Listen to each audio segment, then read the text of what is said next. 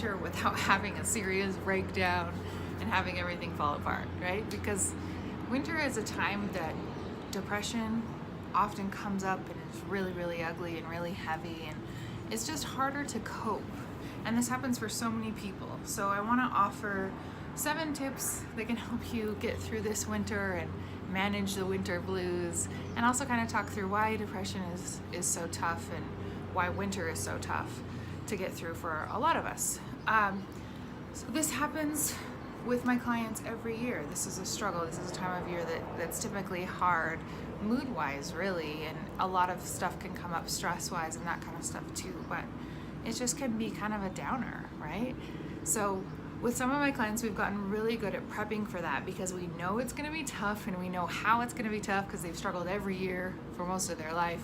So we have plans in place that really help them. So that's what I want to talk about today. Now, it's kind of funny to be shooting this here because I am still in Colombia right now and it's warm and nice, but a lot of my clients are in the States or in Canada and it's really cold already there. So I want to shoot this now. I am heading back to visit family and I'll be in the cold with you guys soon, but don't mind the warm weather setting as we talk about the winter blues. So getting through winter, I think, is really rough for a number of reasons. I think, people know obviously that some vitamin deficiencies can happen. Vitamin D, obviously, when that comes from the sun, primarily it's harder to stay on top of that in the winter when you don't see the sun as much. I think also people don't eat as many vegetables and fruits. They're not in season, it's not as abundant. So we tend to lack a lot just on the physical side, right? We tend to lack a lot of the vitamins and minerals and supplements that we need to really feel good. So that's the first tip that I want to talk about, and some people are already on this, but if you're not, it's a really good one to address with supplementing your diet. So vitamin D is really great, vitamin C, vitamin E, zinc, elderberry, all of those things are really helpful.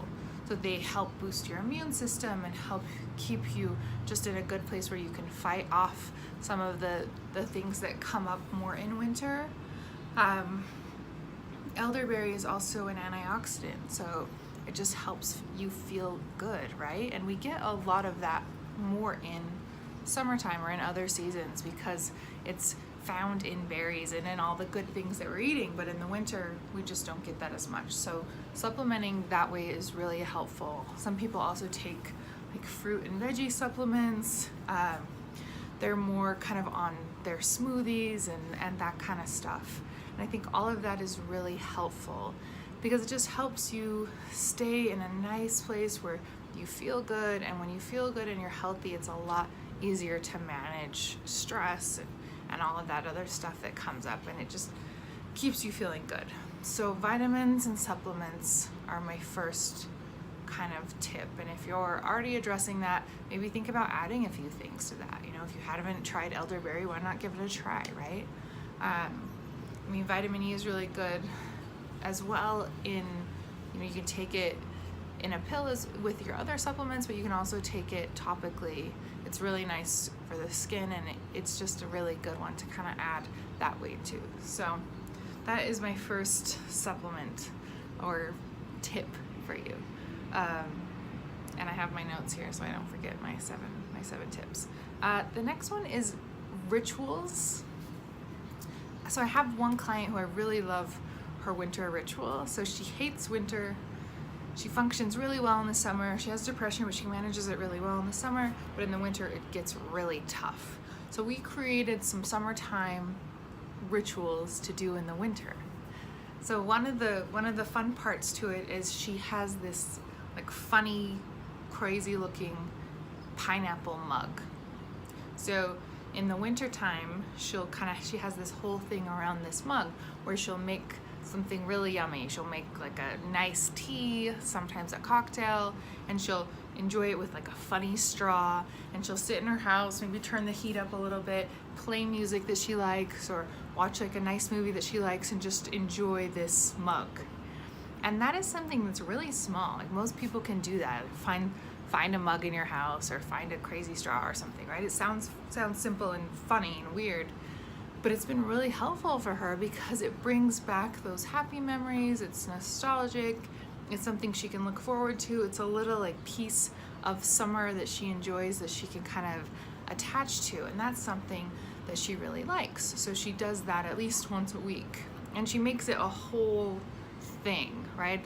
It's not just like, just by the wayside. It's something that she really consciously does. So she'll set a time aside and she'll play reggae or music that she really likes, and she'll just make it a whole experience and really enjoy that. And that's been super helpful. So finding little rituals like that are really powerful, and they don't have to be crazy and elaborate. They can be if you want them to be, but creating little rituals that remind you of things that bring you happiness and make you feel warm, right? Bring you that kind of warm and comforting feeling. Those are things that are really great to add in, and that's one example of rituals that I really like and she found really, really helpful. Another one that you may have heard of if you've struggled with wintertime blues is lamps. So the sun lamps, the lamps that basically can give you that sense of warmth and also bring in some of the health benefits. Some people have bought those and really enjoyed them. There's a whole range, they can get pretty expensive, but there's also some versions that are a little more reasonable. That can also be a part of your ritual. They have them as well for, waking up in the morning, so that they slowly kind of turn on in the morning with your alarm clock. That can be helpful, but also just the lamps that you sit in front of and kind of absorb that way. That's a way to kind of get summer without it being summer. It's kind of a summer hack there. So if you want to try that out, especially if you've really been struggling, that can be helpful. And maybe talk to people who have tried them, see what they think. For some people, they work really, really well. The next one is create things around you that make you happy and utilize those. So a lot of times in other seasons, things that make us happy just happen more naturally and we're surrounded by them. And sometimes in the winter, we're not. So we have to make those happen and take kind of the extra step to make that happen. And that has to be something that we choose to do and we make happen. So for some clients, this will be putting pictures around their house that they really like, that make them happy. It's, like I've said before, creating little Pinterest boards that you can look at that make you happy. Just surrounding yourself with things that you can look at and they make you feel something, and they make you feel good. Making a big vision board is really nice. Looking at goals that you want to create, or things that just make you feel good, or people that you love, or places that you've been that you really like. Surrounding yourself with that. And sometimes maybe even going extreme, because if this is really rough, we really need these positive things. So put them everywhere. Put them all over your mirror. Put them around your house. Make a couple boards of things. Just really get into it and see how it helps. Walking by those things, see how that helps. Quotes. Some people are really into quotes. You can do the same thing with quotes as well. But really try to surround yourself with those and capture that feeling and those memories and that emotion, because we really want to try to plug that emotion into this space that it doesn't fit naturally, right? We want to take it from somewhere else and put it into this place, because if we don't, then we know from the past that it's just not going to happen naturally. We're stuck inside, it's cold, it can get just really not pleasant outside, right? Especially if it's super stormy. If it's snowy, then the snow gets really dirty. You can't really go anywhere. It's freezing. People are angry. People can't drive well. Like all of those things are really frustrating. So you kind of have to manufacture happiness and really pick the pieces of things that make you happy and surround yourself with them. I feel like that's something that really helps and anyone can do, right? So try that out. So the next one is getting active, right? These all kind of play into each other. They're all kind of similar and can be used, kind of woven together. But because we tend to be inside more and stuck more and not as active in the winter, we have to find things that make us more active. I have some clients that are a little bit older who will walk around the mall because they need to walk and they're used to walking outside, so the mall gives them kind of that outlet. You may have seen some of like the walking groups in the mall, but that can help. Plan little outings where you go out to places where you can walk around and you can explore and you can do things. Some people like going to aquariums or museums or that kind of thing, but you have to make a point to get out, right, and do things and build that into your schedule, because where in the summer maybe it happens naturally, it doesn't happen as naturally in the winter. We have to make it happen again, right? Some people really look for winter activities that they can find that they like. I've had people who have been resistant to winter and any winter sports or anything for a long time, but finally they were like, if I don't find something that I can enjoy about this season, I can't do this anymore. So they found something that they like. Maybe that's snowshoeing or skiing or things like that are actually winter sports. It can also be ice skating, going to an indoor ice skating rink, but it can be something totally different. That's maybe a group that has nothing to do with winter, but you just find like a painting group that you like, or a knitting group that you like, or a comedy group, right? It can be anything, but it needs to be something that gets you out and gets you connecting with other people. It just gets you outside and gets your blood flowing, right? And the other piece of that, but which is a new category but similar, right? These can be combined, is exercising. Find something to get your blood flowing actually and your heart beating, and that can really help depression in any form. And you probably know that if you've looked into this, right? Exercise helps so much.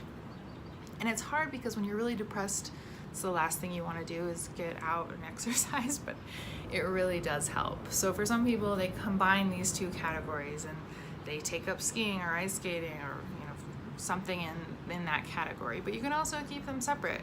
Have your gym time, join a Zumba class or a cycling class, and then also have another group and another thing that helps kind of calm your mind and give you peace that way, and then your physical peace. And you can find something that works for you. You don't have to make yourself do something you don't like. Find something that sounds fun.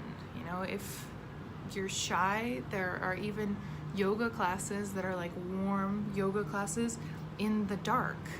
That was one of my favorite classes for a little while. It's like dark. Some have like neon lights or LED lights, and you can just kind of be by yourself but in a group. And it's really warm and gentle and soothing because of it's darker, and there's not as much pressure around that. So there's always things that you can find like that, but you have to find it and you have to look for it. So get active, get involved in things, and work in some sort of exercise. The last one is to see a therapist or get help and support. And that can be maybe that you need it extra in the winter. You've set up extra sessions. I have one client that I'm working with extra on depression, on managing winter blues. I have another one that I'm working with extra just to get through the holidays and the pain that she has around the holidays. So if you need extra support, get it, and know that you're not alone. I also feel like people will come and they'll be like, I'm so sorry to ask this, and I feel bad even needing this, and I feel like I shouldn't need this. There's all this judgment against themselves for needing help. And I think that what they're doing is amazing because they're identifying a problem that they have and a way to solve it and a way to get help and support. So if you're beating yourself up for needing help, stop. Because that is actually seriously powerful, and that shows strength that you have. So if you are admitting that you need help and finding a way to get that, that is a strength. That's not a weakness. And it's way better than needing help but not getting it. So if you find that you need extra support getting through this time, get it. Find it in different ways. Reach out to people. Reach out to me if you have questions about that. Some people also have that same sort of resistance to medications. And I know medications can be rough, and it's often the last resort for people. And I think that's good to go in cautious and try everything else that you can before you try that. And there shouldn't be shame attached to that if you do need it and if it does help you. So if you need a little something to help you get through the winter, if you're going through a really rough time and depression is just killing you, then there's no shame in getting help. There's no shame in getting therapy. There's no shame in taking medications. There's no shame in getting help. So I know that comes up for so many people, and I need to do a video on this just in and of itself because there's so much stigma around therapy still and around medications especially. But if you need it and it will help, you deserve it, and there is no shame in that. Even if you feel like there is, there's really no shame in that. So try those things out, guys. See if any of those help or a mix of them help. Those are kind of my suggestions. So the 7 suggestions are vitamins and supplements, rituals, setting up rituals, looking at lights and lamps and that kind of thing, surrounding yourself with things that make you happy, like photos, music, Pinterest boards, that kind of thing, getting active, getting outside, getting involved in something. That could also be volunteering. I didn't mention that, but volunteering is a big one. Animal shelters, women's shelters, that kind of thing. There's all kinds of volunteering that you can also do. Exercising, getting physically active, and seeking help, seeing a professional if you need it. And even if you feel like, the other piece that I get sometimes is, well, it's not that bad, so I don't want to waste anyone's time. And I don't agree with that, because you're not a waste of time. You're not a waste of space, and you're not taking someone else's spot. There's plenty of support and help to go around. And even if you don't even know what you want to talk about or what you need help with, it still can help to talk to somebody and have someone who's just a support and a listening ear, and someone who you can bounce ideas off of in a really safe space. So just do it. If you're thinking about doing it, it can't hurt. This is going to be a work in progress. We'll keep checking in throughout this season and see how we can help and see if things are working and what's not working, and we'll just keep evaluating and keep trying and keep working through this together.